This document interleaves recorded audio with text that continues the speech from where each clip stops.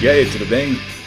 Hoje a gente tem um vídeo especial, a gente vai falar um pouco da história da Image Comics, uma das editoras mais importantes e influentes do mercado americano, que soube se reinventar e continua lançando títulos de sucesso de crítica e público hoje em dia.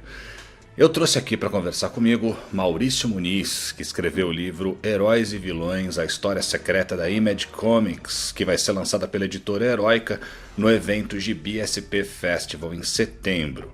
A gente vai falar dos bastidores da criação e outras curiosidades com alguém que pesquisou a fundo a história da editora. Antes da gente começar, curte o vídeo, se inscreve no canal, clica no sino, pede para receber todas as notificações e joga esse vídeo naquele grupo de WhatsApp dos seus amigos. E se não está seguindo a gente no Instagram ainda, HQ Você Precisa Saber tudo junto, vai lá que tem um conteúdo muito legal também. Vamos lá, vamos dar as boas-vindas para o meu convidado. Fala, Maurício Muniz, bem-vindo ao HQ Você Precisa Saber. É isso, o prazer é meu, cara, que é verdade. Eu sei que existem assuntos que despertam interesse na gente, mas para escrever um livro sobre o assunto, a pessoa tem que estar muito envolvida, né, com esse assunto, fazer uma extensa pesquisa. Você e o Manuel de Souza escreveram O Império dos Gibis, que é um livro que conta toda a história da editora Abril, que exigiu muita pesquisa, entrevista também. Queria saber o que te interessou na história da Image, que te fez pensar, oh, isso aqui vai dar um livro, eu vou mergulhar nisso aqui. Eu sei que você trabalhou na revista Wizard, na Globo, nos anos 90, você trabalhou nos títulos da Image que foram lançados naquela época também. O que te deu o estalo para escrever o livro e como que foi esse processo? Na verdade, assim, cara, quando surgiu a Image, eu trabalhava na Devir, ou se eu não trabalhava, não, acho que ainda não trabalhava, mas ia trabalhar pouco depois, assim. Mas frequentava, conhecia os quadrinhos, né? Comprava Marvel DC. Quando surgiu a Image, foi aquele boom, né? Todo mundo interessado. E eu peguei algumas coisas também, né? Peguei Spawn, Cara, acho que eu peguei Spawn. Acho que eu só peguei Spawn na época, é engraçado. Dos filhos regulares. Acho que eu não peguei mais nenhum dos outros, assim. Mas assim, não li o Spawn durante tanto tempo assim também. Acho que eu parei no 25, 26 na época de ler. Mas acompanhei a Image sempre, comprava algumas coisas. Eu tenho muita coisa da Image, né, que eu fui comprando ao longo dos anos, que não era exatamente só super-herói, que eram outras coisas. Você fala, pô, mas isso que te levou então a ter interesse em escrever um livro sobre a Image, né? E na verdade, não exatamente. Na verdade, eu fui coagido a fazer esse livro. Na verdade, eu fui contratado pelo Wilson Simoneto, tá? Que você deve conhecer, que é o organizador do GBSP Festival, com a Helena Hernandes, né? Que já é um amigo de anos, assim. A gente chamava ele de Homem-Evento, porque ele ia em tudo quanto é evento que tinha, de quadrinho ele ia, né? Ele falou, cara, um dia você vai ter seu evento, é impossível que não. E tá aí, né? Realmente tem.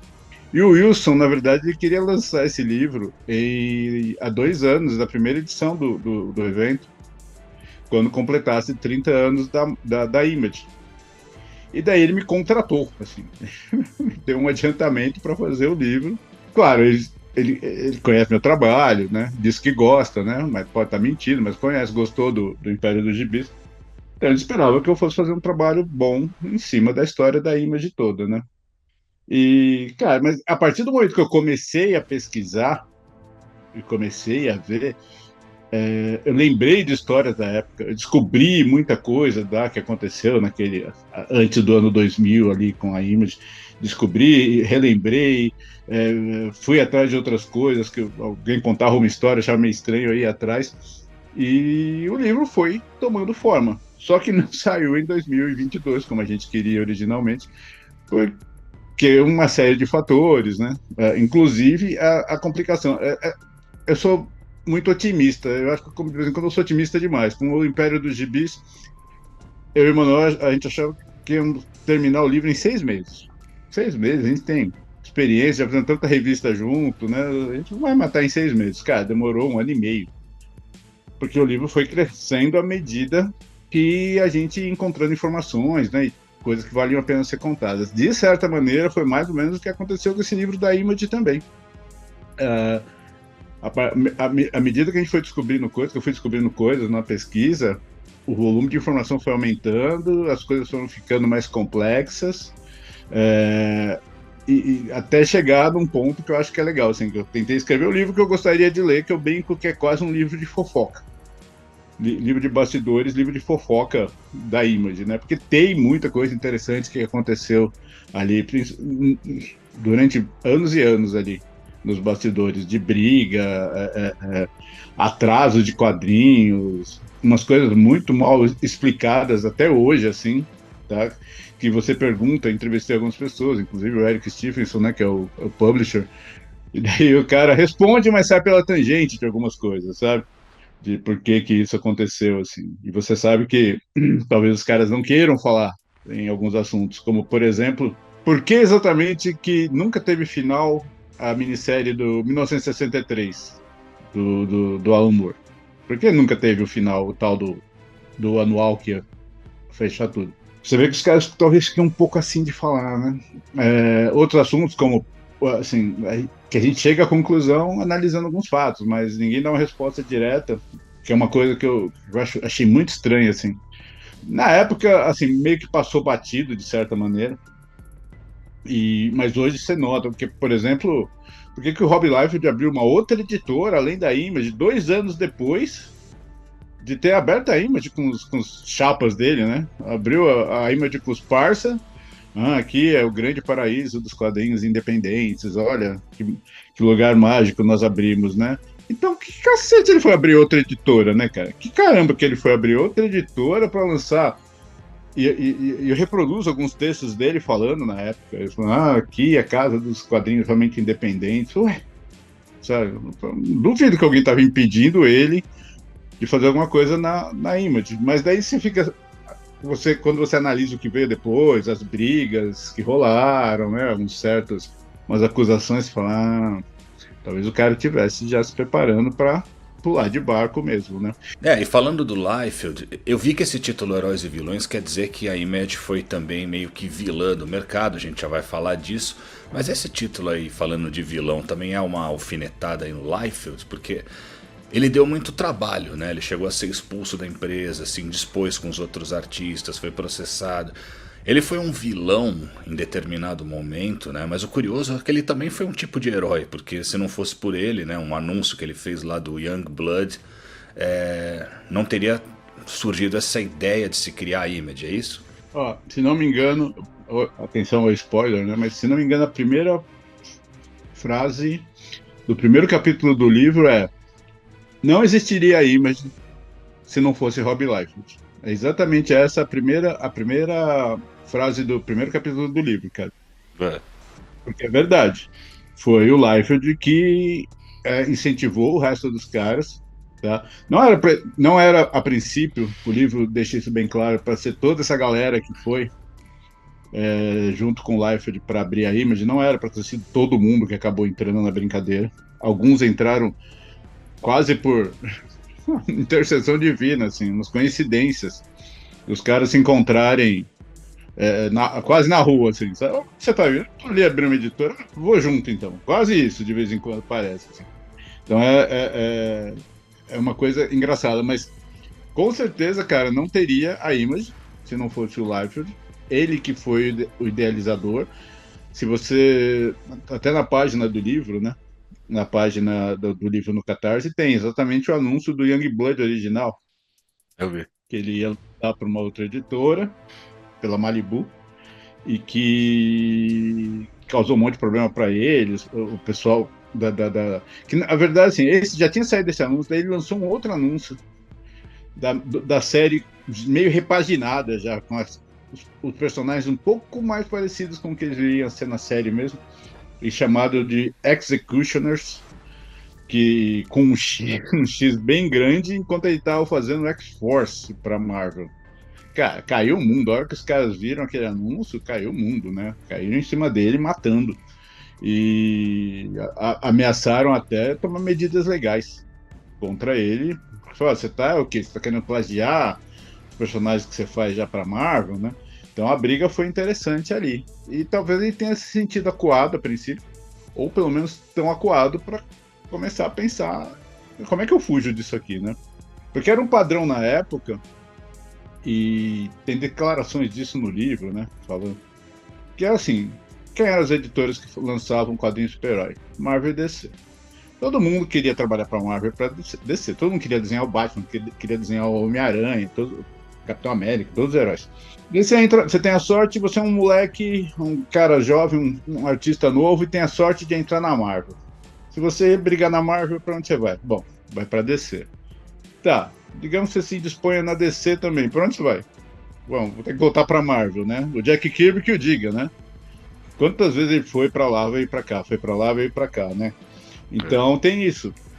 Talvez para fugir disso, tudo isso tem passado na cabeça do Liefeld. Os caras que eram os mais famosos do mercado, os maiores salários, os maiores astros, vendendo 2 milhões de exemplares desse gibi, 7 milhões de exemplares daquele gibi. Pô, Jim Lee, né, cara? Imagina, 7 milhões do primeiro X-Men.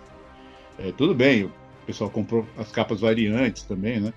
Teve todo o lance da especulação, que talvez a gente vai falar ainda. Mas, Isso. cara, eram os grandes astros do mercado. E eles resolveram apostar neles mesmos. Eu gostava muito do trabalho dos fundadores da Image na Marvel, né? Os X-Men do Jim Lee, o Aranha do McFarlane e do Eric Larson, os Guardiões da Galáxia do Jim Valentino, que infelizmente saíram um pouco por aqui, o Wolverine do Mark Silvestre. E gostava também da X-Force do Rob Liefeld. Eu sei que tem muita gente que torce o nariz. Torce. O pessoal torce o nariz, mas pô, vendia pra caramba o negócio. Mas depois que surgiu a Image, eu tentei comprar, né, o material dos caras, algumas coisas, mas nada me empolgou muito, assim. O material que hoje, você fala, que material hoje você gostaria de reler da Image seria o Savage Dragon do Larson, que eu nem comprei na época. Mas os outros, ó, eu comprei o primeiro número do Young Blood, achei isso aqui terrível. Aí depois Spawn. Putz, Spawn eu não comprei na época, só fui comprar tempos depois quando saiu essa coleção aqui, ó, que vinha com os VHS, lembra? Do desenho animado dele. E também, tipo, Wildcats, né? O outro título lá, achava tudo meio X-Men, meio recalchutado. Até dava vontade de continuar acompanhando, mas eu não tinha dinheiro na época, então comprei o primeiro. Eu queria saber como que você avalia esses primeiros anos da Image e que trabalhos você destacaria. Eu falo que, assim, a Image, do ponto de vista comercial, minha opinião, era um pouco assim, gibi para quem não lia gibi. Era HQ para quem não lia HQ. Isso se estende um pouco mais, assim, porque o cara passava, via aquela capa, ia na loja dele, tinha aqueles posters fantásticos, os personagens com umas armas enormes, com uma espada na mão, né? Os desenhos muito legais, né, cara? Muito atraentes mesmo. Então era difícil não gostar. Não assim, não vou dizer não gostar, mas não se sentir atraído e pelo menos comprar os primeiros, né? Vamos dar uma olhada, o que rola, né? Mas é patente que era ruim de roteiro pra caramba, em grande parte. O que era mais divertido de roteiro lá, e daí eu te aconselho realmente a tentar dar uma olhada, é o Savage Dragon mesmo. Era o mais redondinho de quadrinho. Não era nada, vai ganhar o Eisner de roteiro. Não, não vai mesmo, não é isso. Mas era o mais redondinho, era o mais fechadinho. Você sentia a diversão do Larsen fazendo aquilo lá, né? As histórias de ação, porradaria, violência, uma violência até exagerada, exacerbada de vez em quando, mas era. Os outros, cara, assim, o Spawn, é porque eu gostava muito do McFarlane, gosto ainda, né? Fico vendo os gibis, as coisas antigas dele, então eu comprei o Spawn, né? Acompanhei o Spawn, queria saber. Hoje eu traduzo o Spawn. Hoje eu estou traduzindo para Panini o Spawn, né? E eu noto como tinha texto o Spawn, cara. O McFarlane devia atrasar porque ele escrevia demais, não porque ele desenhava, demorava para desenhar. E os outros, mas, cara, mas eu mesmo não comprei na época o Savage Dragon, não comprei, acho que nenhum dos outros. Quando começou. Ah, não, o Wildcats, acho que eu peguei o Wildcats também. O começo, o gringo mesmo. Que era bonito, né? Era bonito. Eu tinha uns amigos que adoravam o Jim Lee. Falaram, não, tem que pegar, não, é o Jim Lee, né? Você tem que pegar, nossa. Então eu acho que eu peguei. Mas também era meio genérico, assim, né? Vamos dizer, de certa maneira, assim. Os caras... Imagina, cara, os caras criaram, aspas, por mais que o McFarlane já tinha ideia do Spawn desde moleque, eu falo isso no livro. O Savage Dragon já existia numa outra versão um pouco diferente, em outras editoras, né? Com o coadjuvante de uma série aqui e ali. Os caras montaram a editora e tiveram que lançar os gibis em meses. Então não foi uma coisa estruturadíssima. Olha, a gente vai escrever esse tipo de roteiro aqui, aquele, sabe? A coisa vai ter todas as interligações, né? Que já, aliás, interligação é outra coisa, né? Porque eles resolveram fazer um universo único, né? Que é o que eles gostavam, né? Fazer o universo como da Marvel, o universo da DC, onde os personagens se encontrassem, se esbarrassem. Então isso talvez dificulte um pouco também, né? De certa maneira, você ter que saber que no seu canto tem o Spawn, mas ali tem o Youngblood, o Savage Dragon, tá em Chicago, tudo isso. Então, não tem como negar, historicamente, ninguém nunca vai poder dizer que não, os roteiros eram bons também. Eram passáveis de vez em quando, não eram doloridos, não. Talvez o cara que era melhor escritor ali, melhor roteirista, talvez fosse o Jim Valentino. Deixa eu perguntar porque o Shadowhawk era legal. Cara, eu não li o Shadowhawk. Eu vim ler o Shadowhawk agora. Qual do livro? Na época eu não lia mesmo. Mas não sei se você acompanhou, o Guardiões da Galáxia dele era legal. Saiu aqui pela Globo, né? Alguma coisa, né? O roteiro e o desenho dele. Era legal, era divertido, né? Os caras em busca do escudo do Capitão América. Eu gostava. Eu comprei isso aqui, ó. Encadernados gringos dos Guardiões da Galáxia. Eu queria saber como é que continuava a história, né? Porque saiu só aqui. Os primeiros números, acho que até 8 ou 9, saiu aqui na Marvel Force da Globo. Aí abriu, né? Proibiu e aí nunca mais lançou. Gostava bastante, queria que saísse esse material inteiro aqui. Olha aí, eu não comprei, cara. Eu só li o que saiu da Globo mesmo. Isso aí é uma coisa pra pôr na lista. É legal? Vale a pena, então? É legal, ele faz umas releituras, né, do universo Marvel no futuro, com outros personagens. É bem imaginativo. Já sou bobo, eu adoro essas coisas de futuro alternativo, dimensão paralela. Eu vou acabar indo atrás também. Mas então era isso. Eram gibis para se ver mais do que para se ler. Não era doloroso de ler de vez em quando. Assim, algumas coisas você fala, isso aqui é exagerado, aqui não precisava, né? E os caras sabiam disso, né? Eles sabiam. Tanto que eles começaram logo a convidar outros caras para escrever, né? As quatro edições lá do Spawn, né? Com Frank Miller, David Sim, Neil Gaiman e o próprio Moore. O Moore fez a minissérie do Violador, né? Então eles mesmos sabiam, né? James Robinson fez Youngblood. Os caras sabiam que eles tinham onde era o defeito deles. Qual era o problema deles? Era que as histórias não eram tão legais, né? Mas também tinha o outro lado, né? Que parecia que alguns dos caras que iam pra lá escrever tentavam se adequar à Image, né? Então o cara não fazia aquele roteiro fantástico, né? Até o 1963, que eu tenho as edições soltas, os 6 que saíram, e eu li de novo agora, né? Qual do livro também, 30 e poucos anos depois de ter lido originalmente.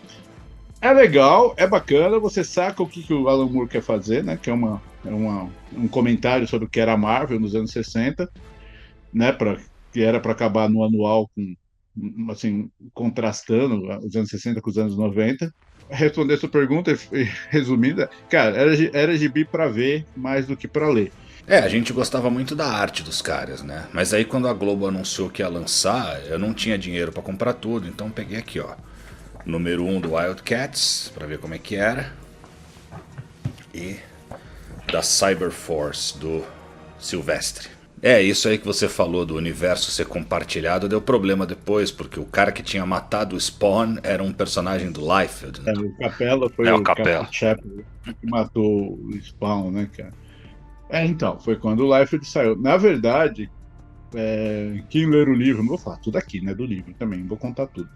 Mas quem lê o livro vai notar que tem uma minissérie que eles fizeram. Eles começaram a fazer uma minissérie porque o Silvestre ia sair. Ninguém, assim, pra gente, pro público, não era ainda. Pro público não era público o motivo da saída do Silvestre. Os caras sabiam que ele ia sair, provavelmente sabiam que era porque o Liefeld, ele tava puto, que o Liefeld tentou contratar a desenhista que era dele, né, da Topcal. Então, cara, daí eles fizeram uma minissérie, meio Crise nas Infinitas Terras, que ia separar os mundos, e que se você começa a ler, parece que o troço mudou no meio do caminho. Que era uma minissérie para tirar os personagens do Silvestre, o Cyberforce, essas coisas, do universo da Image. E de repente, acho que você nota lendo que faz e na verdade eles direcionam o negócio para tirar os personagens do Liefeld na minissérie. Cara, essa minissérie está contando disfarçadamente os bastidores da Image, do que está rolando lá por trás dos caras, né? Tanto que o final, eu comento, eu narro o que rola, é super truncado, assim, é super truncado. Os caras resolvem algumas coisas com imagem do planeta Terra ao longe, um monte de diálogo, sabe? Para resolver a situação, porque não dá tempo de redesenhar isso aqui tudo, vai assim mesmo para deixar bem até safado, assim, né? No meio do caminho que tiveram que tirar o Liefeld, foi isso? Eu já tava escrevendo isso para tirar os personagens do Silvestre, mas no meio do caminho aconteceu a treta pior com o Liefeld. É. E daí o Silvestre resolveu ficar, né? Ele resolveu ficar. Daí, então os caras mudaram a direção do negócio, né? Falaram, não, ó, vamos mudar o caminho e vamos usar. Cara, é muito engraçado como esses caras. Como os bastidores da Image são curiosos pelo pouco tempo, assim, até antes do ano 2000 mesmo. Cara, sei lá, os primeiros 5 anos deles, era tanta coisa acontecendo nos bastidores. Eu falo que o livro, os 5 primeiros anos é isso aqui do livro, né? O resto é isso aqui. Não é exatamente, mas, cara, assim, até o final da década de 90, é muita coisa, cara. É rasteira, série fechando. Negócio de heróis e vilões é porque foi, na minha opinião, né? É exatamente o que eles foram pro mercado. Não é bem na minha opinião. Se você ler o livro, você vai ver que realmente, cara, eles fizeram coisas ótimas. Esse negócio de, vamos abrir uma outra empresa para dar liberdade pros criadores, pros quadrinhos, o que é fantástico mesmo. Só que eles eram exatamente desenhistas, eles eram criadores de quadrinhos e não eram empresários. Então, revista atrasava um número, atrasava o segundo, as lojas pediam e tinham que pagar antes para receber o quadrinho. Então, se você compra, eu já falei antes, se você compra o Spawn 10 atrasa. Você já pagou antes, é dono de uma loja. Daí os caras anunciam o Spawn 11. Daí você compra, daí também atrasa. Seu dinheiro vai indo embora e não volta, né? Não tá voltando, né? Até sair o Spawn 10, você já comprou o Spawn 10, 11 e 12. Daí você vai ter que correr agora. Os clientes de vez em quando largam mão, né? Atrasou tanto, né? Que o cara não quer mais. Eu quero falar um pouco do relacionamento entre os fundadores. Quem era mais amigo de quem? Você já comentou, né, que teve essas brigas aí com o Liefeld. O Erik Larsen e o Jim Valentino também já tiveram uma rusga. Me conta um pouco aí como é que era a dinâmica entre eles.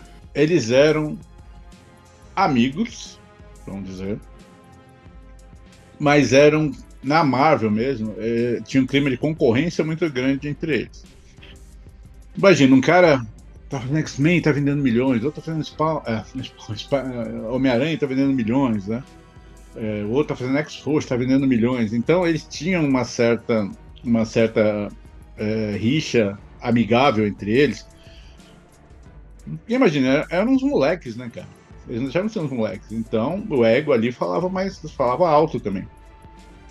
E daí quando eles resolveram formar a Image, legal, então acabou a concorrência entre eles, né? Essa concorrência amigável?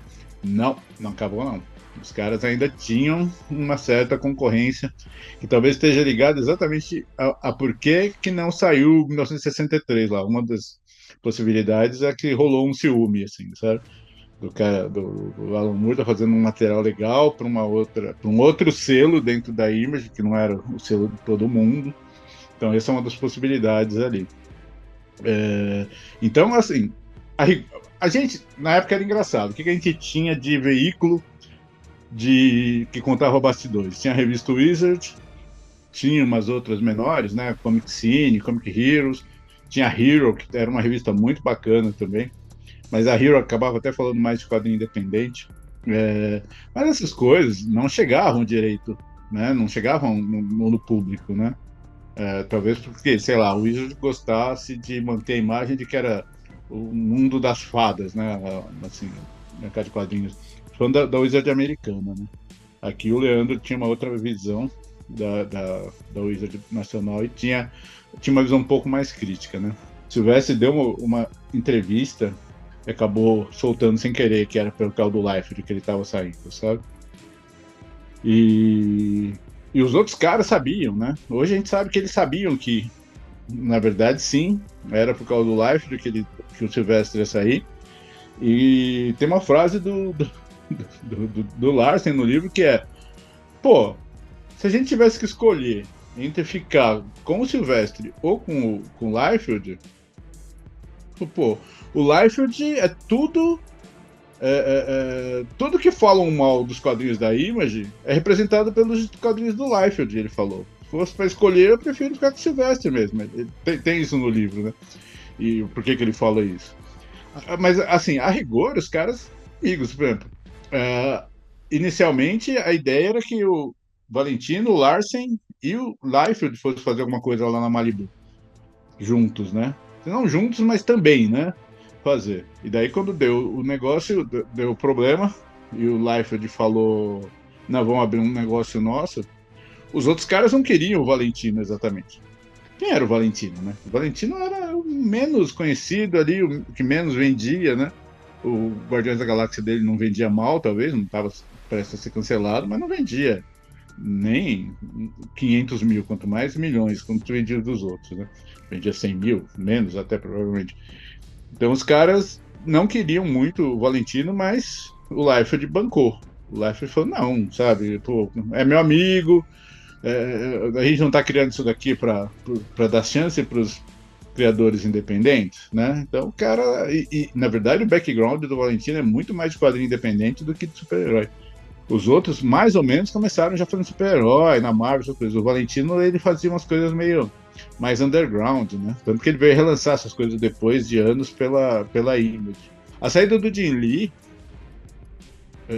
não vou contar tudo, mas foi meio que assim: olha, mês que vem não coloca meu gibi no catálogo mês que vem, que eu não vou mais estar lançando nada pela Image, viu?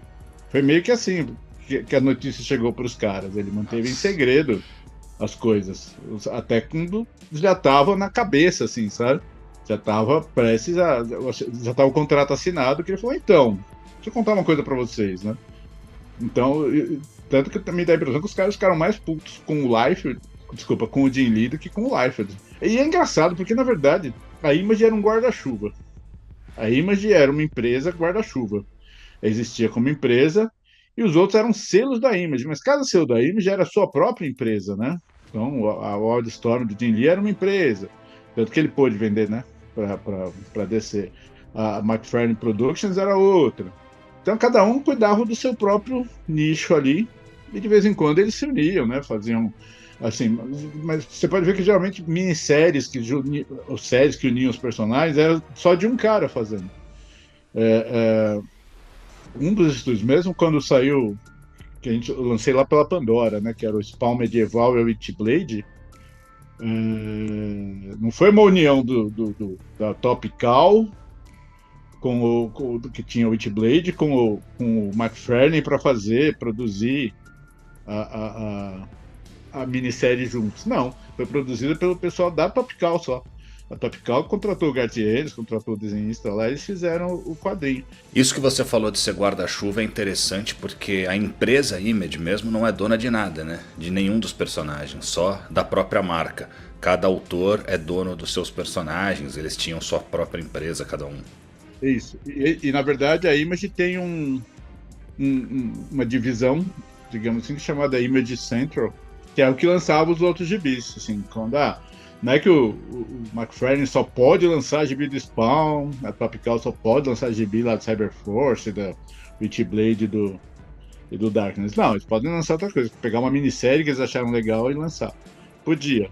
A Image teve um papel importante no estouro da bolha que aconteceu nos anos 90, né? Por isso que a gente falou lá no começo essa história de ser vilã e tal. Toda aquela especulação, as capas alternativas, gente comprando várias edições da mesma revista para tentar fazer fortuna. A Marvel e a DC também entraram nessa, né? Principalmente a Marvel, a DC né, demorou um pouquinho para embarcar nisso. Você que pesquisou como a coisa realmente aconteceu, não tinha ninguém antevendo que isso aí ia quebrar o mercado de HQ americano? Como isso foi escalando, né, até chegar naquele colapso em 1993? Cara, era uma coisa que era meio óbvia que ia acontecer, mas aparentemente ninguém acordou para isso na época. Teve dois fatores aí, na verdade. Tinha um mercado, sempre teve um mercado muito forte nos Estados Unidos de card, de beisebol, card de futebol americano, que era item de colecionador e vinha valer uma grana, né? Então muita gente comprava aquilo não porque colecionava, gostava, porque para investir. Só que esse mercado aí, exatamente quando começou, saiu os gibis da Marvel, que venderam milhões, esse mercado estava afundando, estava mal. Então, alguém teve a brilhante ideia de achar que, vamos comprar gibi então, porque gibi é por causa da mesma coisa, ó, lá é arte também, vai valorizar, porque tinha cards raríssimos, né, realmente. E alguém fez a correlação e falou, olha, tem gibis raríssimos, por exemplo, a morte a primeira aparição do Super-Homem lá no Action Comics 1 vale, talvez em 92, 93, 91 não valesse ainda, sei lá, 5 milhões de dólares que vale hoje, né? Mas valia uma grana, né? Então os caras acharam que daria certo comprar gibi aos montes, porque, cara, 7 milhões de X-Men vendidos do número 1. Não foram 7 milhões de leitores que compraram. E não foram só os caras que queriam ter as, sei lá, quantos foram? 4 ou 5, né? Versões da capa. Não foi isso. Foi os caras especulando mesmo, né? Foi gente especulando. Não um cara qualquer. Loja de quadrinho mesmo devia estar especulando. O quadrinho foi isso.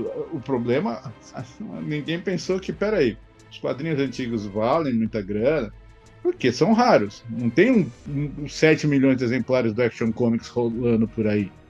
Cada um valendo $1 milhão, né? São raros. Agora, quando você imprime 7 milhões, 5 milhões, 2 milhões de um gibi, quando que esse troço vai virar raro, cara? Só se todo mundo comprar 10, rasgar 9 e guardar um por 100 anos, né? 50 anos. Não vai, né, cara? Não vai ficar raro. E ninguém foi atentando a isso. E essa bolha furou perto de quando a Image começou a atrasar demais um monte de gibi. Então foi um acúmulo de coisas ali que acabou levando, e aí que entra o heróis e vilões do título, que acabou levando muita loja de quadrinho a fechar. E a coisa, ao longo dos anos, na verdade, para a Image chegou a ficar feia, assim, de certa maneira. Spawn, que vendeu 2 milhões de exemplares do primeiro número, cara, teve ocasiões que vendeu 50 mil. Você entrevistou o Erik Larsen e o Jim Valentino para o livro, né? Eu queria saber como é que são eles dois como pessoas, se eles são legais, se eles são receptivos e se eles trouxeram alguma coisa de bastidores legal aí para você trazer aqui pra gente. Cara, assim, o Jim Valentino, eu tive uma experiência, lá no tempo da Pandora, a gente teve uma experiência com o Jim Valentino e o Larsen, meio que ao mesmo tempo, porque a Abril tinha lançado o Savage Dragon, né? E na época, daí eu e o Leandro, a gente pensou, vamos pegar o Savage Dragon de repente para testar, ver se dá, né? A Abril já tinha parado de lançar. E o que aconteceu? A gente entrou em contato com a Image, falou, mas a gente queria lançar a minissérie do Jason Pearson, isso, exato. Jason Pearson tinha lançado uma minissérie do Savage Dragon em 3 edições que era ferrada, cara, muito legal, cheia de ação, aquele puta desenho bonito. Falou, pra gente... A Pandora, na época, era uma editora pequena, falou, vamos lançar isso aí, né? Como uma minissérie, investimento menor, dá pra... Daí o Valentino falou pra gente na época, falou, não, infelizmente, se vocês querem lançar o Savage Dragon no Brasil, tem que ser o material do Larsen, do Erik Larsen, que é o autor original, né? E falou, bom, tá bom, né? Então a gente quer lançar, pelo menos, assim, a minissérie, que não é uma minissérie, são 2 números do Savage Dragon, onde ele encontra o Hellboy. Ele falou, bom, a gente lança esse material, dando certo, a gente consegue trazer o Hellboy, o resto do Savage Dragon, né? Mas esse era um bom chamariz para atrair a atenção do público, né? Ele falou, então tá, então a gente tem que lançar o material do Larsen, a gente quer lançar o número tal e tal do Savage Dragon que ele encontra o Hellboy. Daí o Valentino falou, não. Se quiser, vocês têm que lançar de onde Abril parou. Mas peraí, tem algum tempo já que Abril parou, sabe? É difícil pegar o público de uma série no meio, assim, né? Não, se quiser, é assim. A gente fala, acho que a gente não vai lançar Savage Dragon no Brasil, né? Cara, mas é engraçado que algum tempo depois, o Valentino mandou um e-mail falando assim, conversei com o Sr. Larsen, eu dou risada. Conversei, assim, exatamente, conversei com o senhor, acho que até tem esse e-mail. Conversei com o Sr. Larsen, e ele disse que você deve conhecer seu mercado melhor do que eu. Então, se você quiser, pode lançar esse material. Cara, e acabamos lançando realmente o material esses 2 números, né? Do Savage Dragon que ele encontra o Hellboy. Mas eu achei engraçado. Mas ali eu já falei, cara, não, tudo bem, o cara tá meio que defendendo, né? Ali, o amigo dele, né? Mas eu achei interessante, assim. Cara, mas vendo entrevistas do Valentino ao longo dos anos, eu acho que ele é uma pessoa um pouco difícil, assim. Entrevistas, até coisas que ele posta, eu acho que ele é uma pessoa um pouco mais difícil. Enquanto o Larsen é moleque. O Larsen, ele respondeu quase no dia seguinte minha entrevista, assim, de boa. Brincou e tudo mais, né? E respondeu tudo. Assim, não senti que ele arregou em nada ali das perguntas. Já o Valentino, ele meio que desviou, assim, de algumas coisas, né? De algumas perguntas. E teve realmente uma treta deles, 2, na Image, que foi o que o Valentino assumiu como publisher.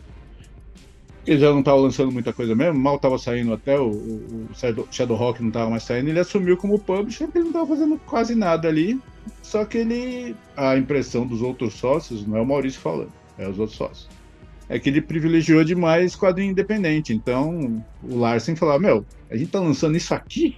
Por que a Image tá lançando isto aqui, um gibi desse tipo? Ele falava, o gibi não vendia os primeiros, daí o cara não acabava, sabe?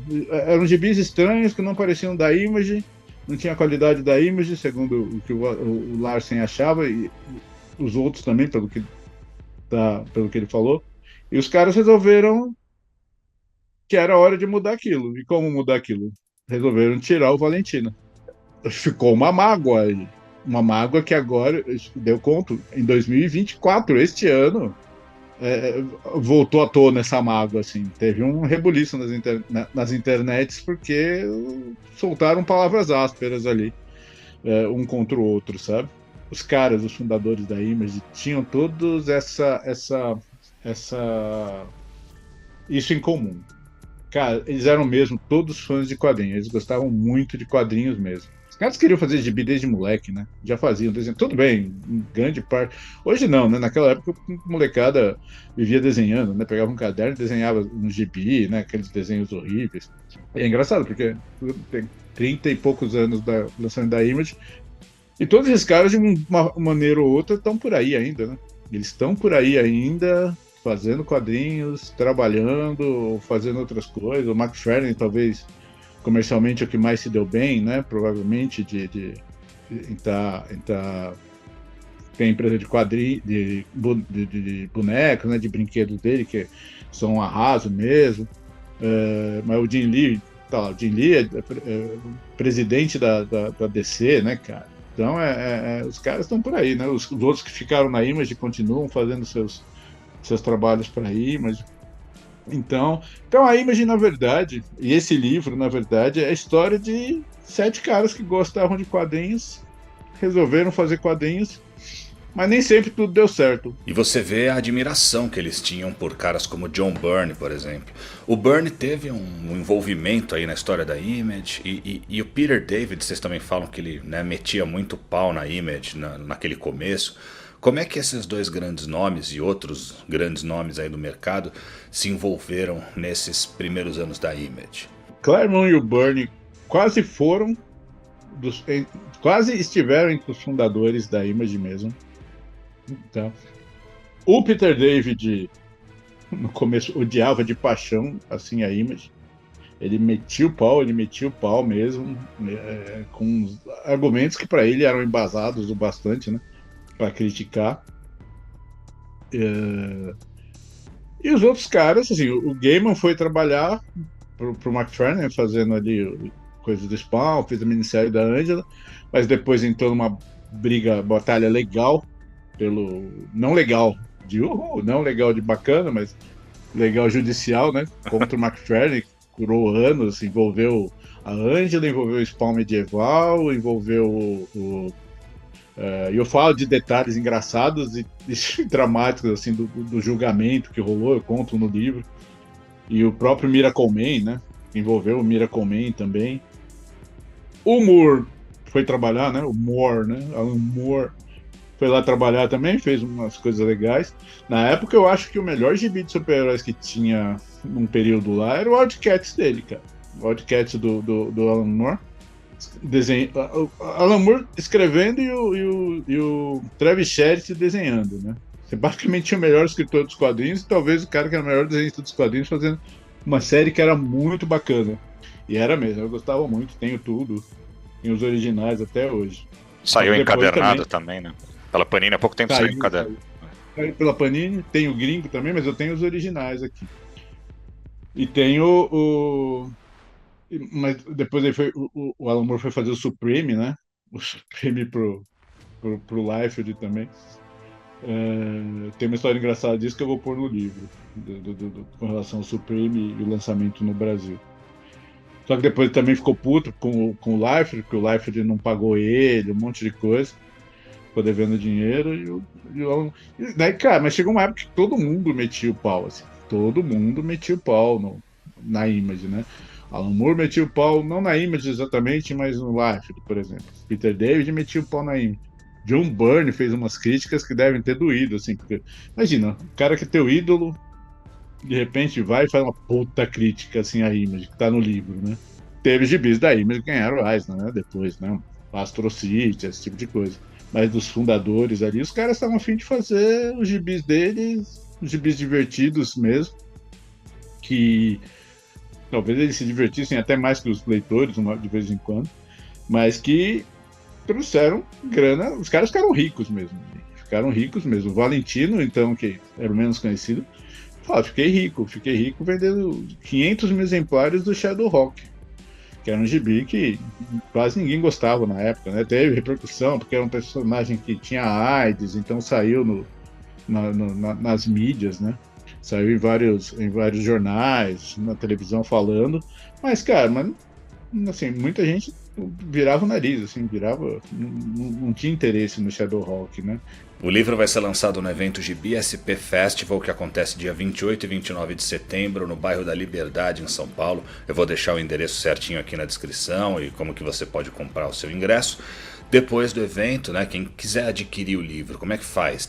Eu sei que tem a página lá do Catarse e tem uma série de recompensas, né, que quem apoiar vai receber. Conta pra gente tudo aí. Na página do Catarse tem as várias opções, várias modalidades que o pessoal pode escolher. Todas elas você pode receber o livro em casa, você não precisa ir ao evento para pegar seu exemplar. E a ideia é que eu vou autografar todos os livros de qualquer maneira, né?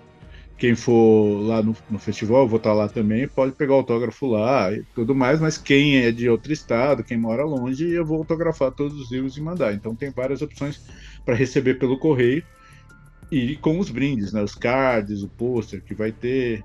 E agora é engraçado, né? Porque a gente está lançando o livro no momento em que o Spawn tá super popular, né? Com esses lançamentos da Panini, né?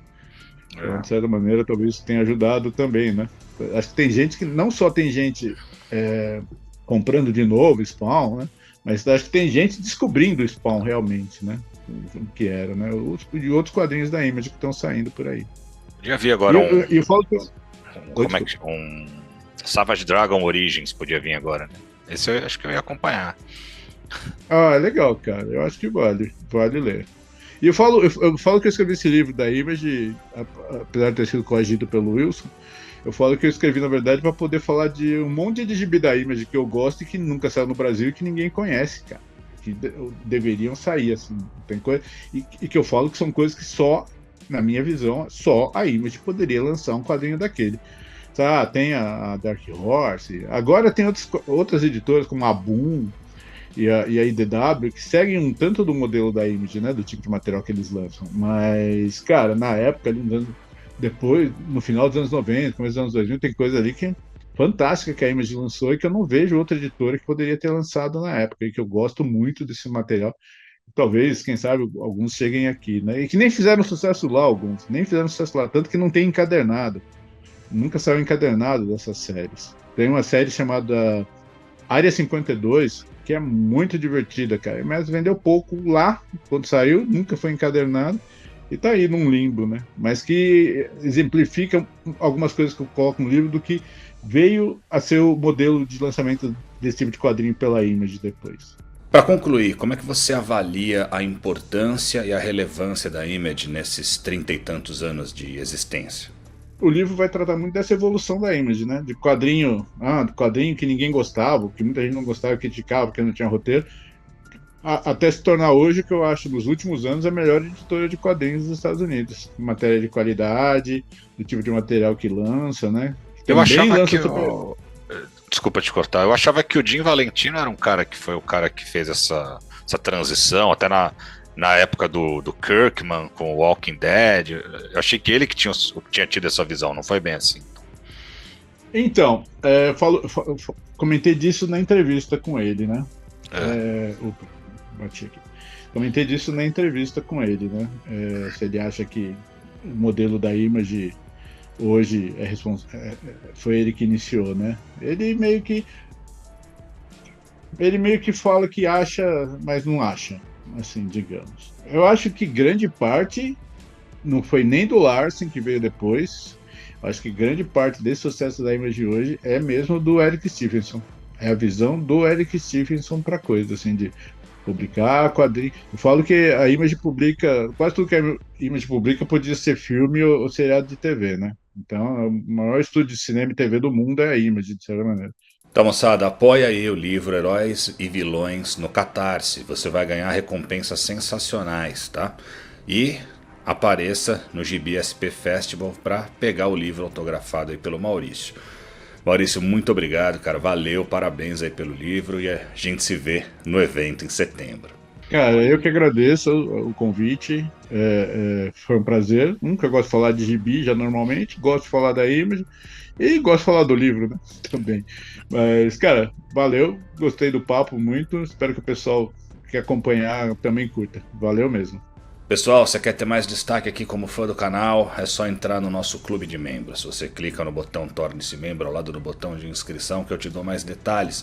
Tem cota que você ganha quadrinho. Essa galera aqui já ganhou seus quadrinhos, né? Quem tá na cota ônibus, e tem vantagens exclusivas, além de estar apoiando o canal, né? Sendo um fã preferencial aqui do canal. Então corre, torne-se membro. Por hoje é só. Nas próximas semanas, semana que vem, finalmente tem a HQ que eu li e o filme que eu vi, Deadpool e Wolverine. O filme finalmente vai estrear e vamos traçar aquele paralelo, né, com as HQs, o que eles estão usando dos quadrinhos, ver se vai ser, né, o grande filme baseado em quadrinhos do ano que a gente está esperando ansiosamente. Depois tem Liga da Justiça versus Vingadores, a história dos anos 80 que nunca aconteceu. Toda a história, né, por trás daquele que deveria ser o maior crossover de todos, mas por picuinhas aí entre Marvel e DC acabou sendo abandonado. Depois tem Assistindo ao HQ Camelot 3000 parte final.